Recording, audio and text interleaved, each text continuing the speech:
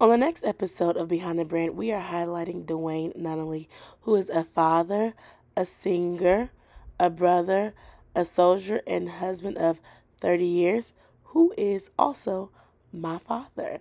So make sure y'all stay tuned and watch the whole episode and get some insight about him and who he is behind his brand.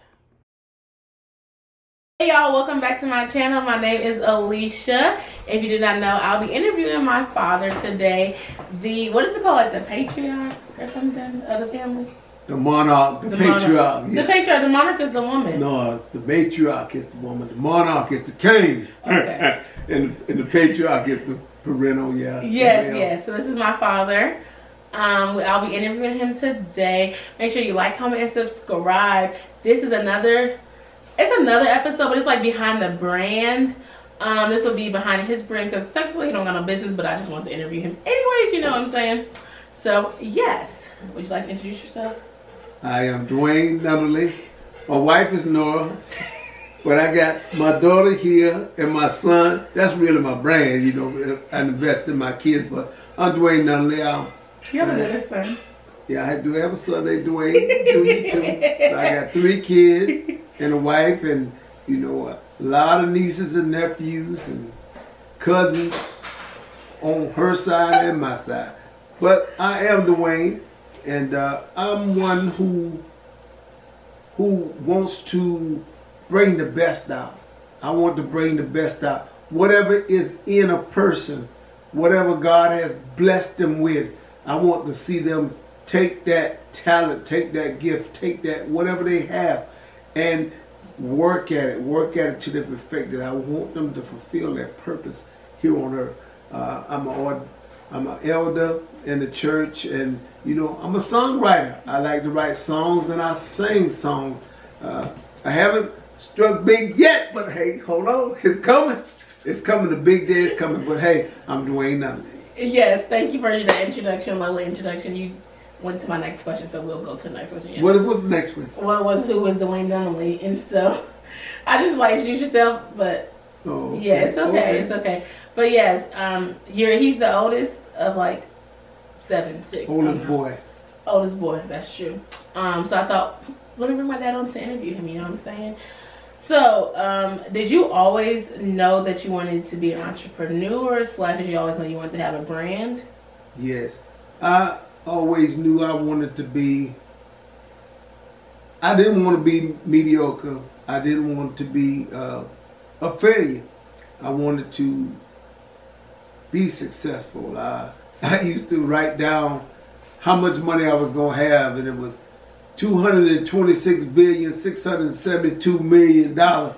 You know, when I was a little kid, I used to think like that. Then I was thinking about what I want to be, a lawyer, something like this. But I really didn't have a lot of focus on gaining that. So, you know, I joined the military. And when I joined the military, it started giving me vision. It started giving me goals. It started giving me direction that I could pursue. And then I got married and had children.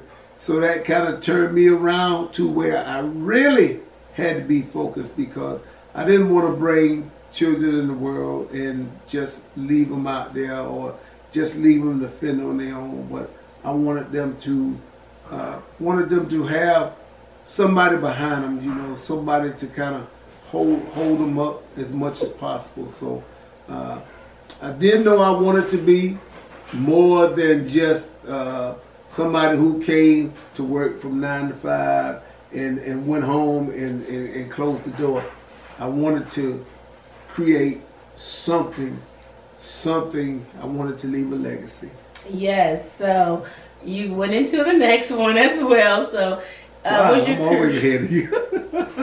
Was your career goals always to go into the military? Or what was your career goals? You thought about being a lawyer, you want to make a lot of money, but what was your career goal when you were younger?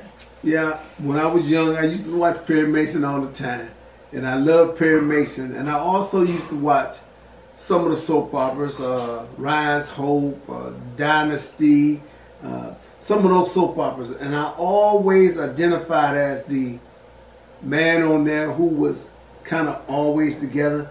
he had a whole lot of money, and he carried out business the legal way. You know, they had the bad guys like JRs and stuff like that, but it was always a good, like Blake Carrington or Max the Buzak or somebody like that who was always like the good guy. You know, I like the X-Men too because I like Xavier.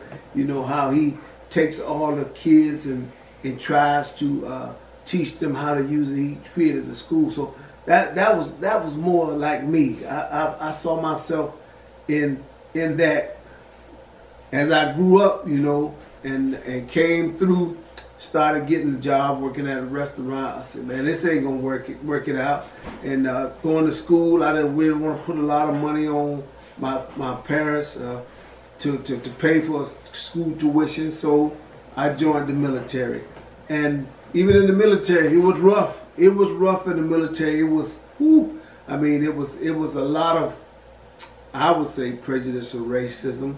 And I wanted to get out, but my alternative was going back home, where all my friends was like going to jail, smoking dope, drinking. Well, a lot of my friends, not all of them, but a large majority of them were doing those kind of things. And I said, no, I can't come back here. So I went back to the military, re-enlisted, and you know, 29 years later, 29 years later, I got out. Where are you from? I'm from Savannah, GA. Yeah, Savannah, GA. Hey, that's where I was born. That's where I was raised. Amen. Oh, I like to say amen a lot sometimes too. But Savannah, GA. Okay, yeah. So you talked a lot about your years in not Germany, the years in the military, what you wanted to be. What was your favorite duty station in the military? Well, I tell you, Japan was a great duty station because Japan. When I went to Japan, that's when things really turned around. In my first couple of years in the Army, I was wild. I was a knucklehead. I wanted to get out the Army and roll up big joints. That's on YouTube. But then, hey, you know, they're smoking where they're legalizing it now. And if I can get into a legalized place for ceremony, especially for municipal purposes, I will. You know, I don't smoke it no more, but you know, I do believe that it has its benefits. But in Japan, I really saw how the Japanese work. And the Japanese really had a personal commitment. For when something went wrong, they took that personal, and their work, the quality of their work was great, and that came back to me. I was like, wow. So Japan was only a 1-year tour, but I actually ended up staying there 2 years, and just learning from the Japanese people. They were excellent. They taught me how to play tennis, which my oldest son plays tennis, and it's a great game. But Japan was one of my great tours. But Korea, I spent about 5 tours. I went to Korea 5 times, you know, and I love the food. I love sitting down, so that was great. I only got to go to Germany once, but Germany was okay. But I would say Japan and Korea, they're right up there. But I spent more time in Korea. Yeah, that was actually my first time going out the country, was visiting my dad in Korea. So I always remember that. It was like in middle school, between my 7th grade and 8th year, or my 6th and 7th grade. The memory kind of fades. But if I was vlogging back then, I would have been good content. But yeah, me and my brothers and my mom, we went to go visit him for like 2 weeks. Korea ain't no joke, y'all. Okay, that's another conversation. What is your favorite memory of being a father, like us growing up? Wow. You know, I am a family man, and they know it. I mean, I love family. I believe it gives you passion. It gives you goals. It gives you a reason to live on in life. Taking care of your family. You know, you as a family, as a family, and you being the man of the family, you know, a lot of things you have to give up. I still remember I gave them my cars. I mean, helped them buy their cars, and I want to help them pay off their college education. So make sure you subscribe to the channel. Yeah, so we can get that paid off. But we try to do things. You know, my wife, she's a cook because I don't cook, but she cooks, and they come down and we enjoy stuff. And we travel together. We've been on cruises together. We've been, like she said, they came to Korea together. I paid out of my pocket and brought them over there just so they could experience that.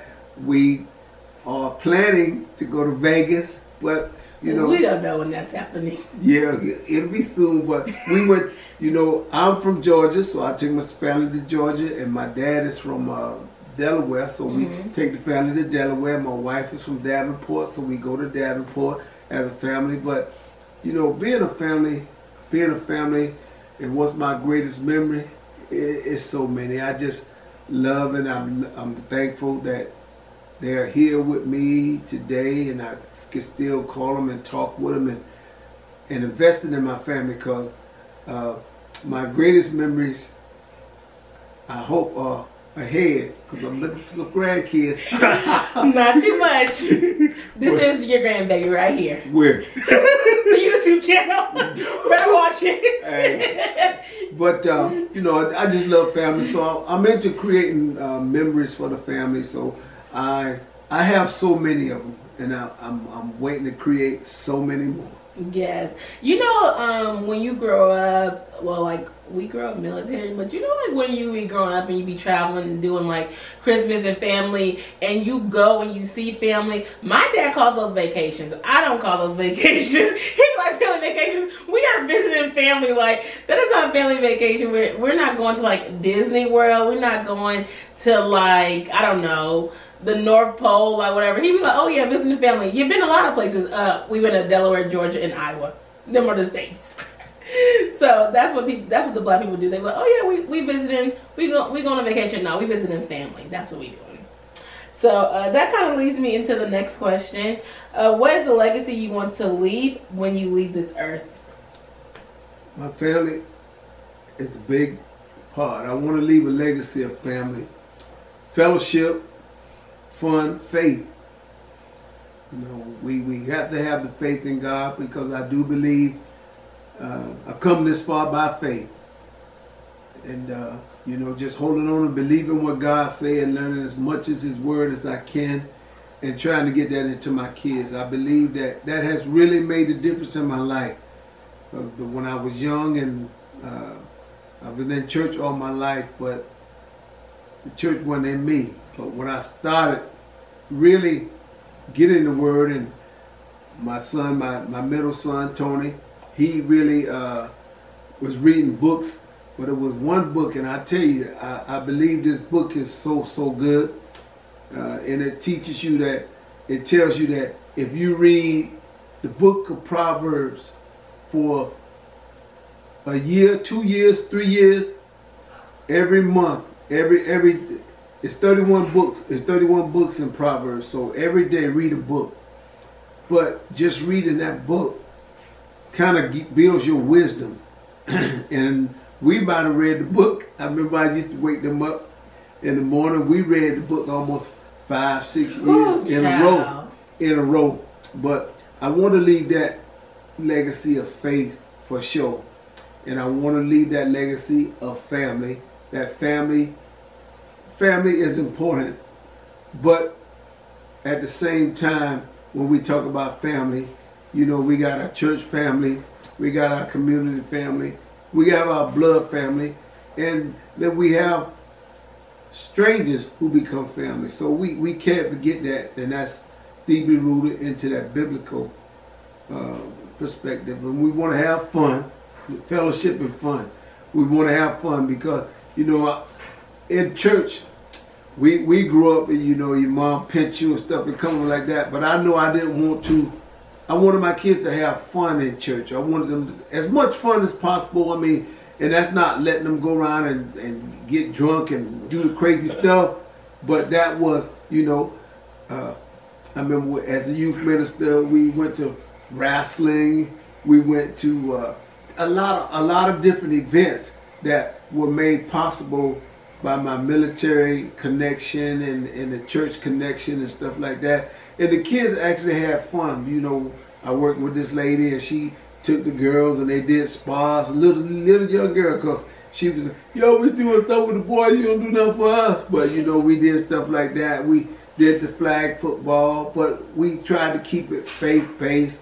They did the swords up. They played a lot of the games. So if I really wanted to leave a legacy, you know, the F's, faith, family, fun, fellowship, you know, that's really what I want to leave that legacy. Finances. Finance. Put that out there for that too. Yes, sir. Yes, sir. Yes, sir. Put that finance, because that is important, you know, to, in the Bible tells you, it says that a good man leaves an inheritance for his children's children. And that's what I want to leave to my grandchildren. And you know, that's finances. So, you know, because faith to get you there. Faith to get you there, faith to keep you, and faith to give you the strength. But in this world here, you know, finances help with that enjoyment. So, yep, that's another F I got to put in there. Faith, family, fun, fellowship, finances. It should be finances first. No. Faith, finances. Yeah. Faith, finances. You got to put faith in there. And you got to give family, because if, you know, like I tell my kids, I was in the Army for 30 years, and I could really live in a pop tent. If it was all about me by myself, I could live in a pop tent. But having a family, I want them to be able to experience warm house, good food, and stuff of that nature. So that does take finances. But as long as I'm with family, you know, I could be happy. And if my family is not with me per se, but they're indifferent, because my son stays in Louisville and my daughter here stays in Atlanta, but we keep in contact, and you know, I'm praying for them every day. I don't get to, they don't hang out with daddy no more. They don't hang out with daddy no more. But at the same time, you know, doing just being able to talk with them and have that family connection, I mean, it does my heart good. So I want that family. Yes, we appreciate that. So, after all that, we are wrapping up. What should we be looking for next from Duane Nunnally? And my daughter knows it. I do a lot of investing in my kids, so, you know, I just want to find people, you know, we look for writers, as you say, challenges to write plays, write songs. We looking for Stellas. We're looking for Emmys. We're looking for Grammys, Tonys, all that good stuff to come out. And we just trying to push the envelope. We got a lot of friends that starting businesses. We just want to bring God glory here on earth as much as possible. So we'll be looking for a lot of opportunities. We'll be looking for events that's going on and challenges that might arise, especially, you know, when COVID came and put challenges on it. Some people went to the next level. I'm always trying to push them, because, you know, Zuckerberg and all of those guys there, they worked hard and they pushed it, and now those guys are rich, but we got that same level. And we talk about black history in the past of how a lot of inventions were created by blacks and they didn't get paid for. So we know that a lot of it's there. So now we just got to put that connection together. We got to get them ideas together, so we can take credit for them and we can get rich. And God can give us a vast array, a vast amount of ideas, of songs. Look at it, you talk about a blog here, and you got this little show there. So much that's coming on, and I'm trying to name her the cross between, you know how Big Brother or something, they have this guy and this girl, and they call it like this right here. But she's like a cross between Oprah Winfrey and Tyler Perry. So what we call that? We said Topra. No, Dad. Topra. hey, Topra. Tyler Perry, whatever it be. And my son, you know, investing in him with his endeavors. And my other son, he writes songs. He does. He actually writes plays. He writes plays too. Mm-hmm. Yeah, I'm trying to push him to keep doing what he's doing it, but I'm hoping that my legacy can be enhanced through my kids, but me supporting my kids as much as possible, because I know, we can't live forever. We can't live forever, but when we do go, if we leave, per se, some type of legacy or some type of memory of, yes, a good memory, a great memory, that it helps other people going on. And her name being Amanda, my biggest inspiration was my grandmother. And my grandmother, to me, displayed love. And they say faith, and I will talk about faith worked by love. So, just working that love to show my faith, to show my family that, hey, if I brought you in this world, I take it as my responsibility to try to raise you up. And even if you're my brothers and sisters, or if you're around me, if I see talent in you, I'm going to try to invest in that so you can go to the next level. So they might just remember me as a guy who told me what I had and maybe invested in it to help me get to where I wanted to get to, or I needed to get to, or where God purposed me to get to. Yes, that is a great culmination of the interview. Welcome to the Nunnally Media Team. Yes. She about to make me shout. Okay. I'm going to get up here and do a Holy Ghost dance, but it's her interview. It is your interview, but not too much for the people. Mm-hmm. So hopefully you enjoyed this. Make sure to like, comment, and subscribe to the channel, and stay tuned for more of the Behind the Brand interviews. And just make sure that you comment your favorite part, if you like this, yay or no. So yes, I will see you all later and talk to you all later. Bye. Bye-bye, everyone.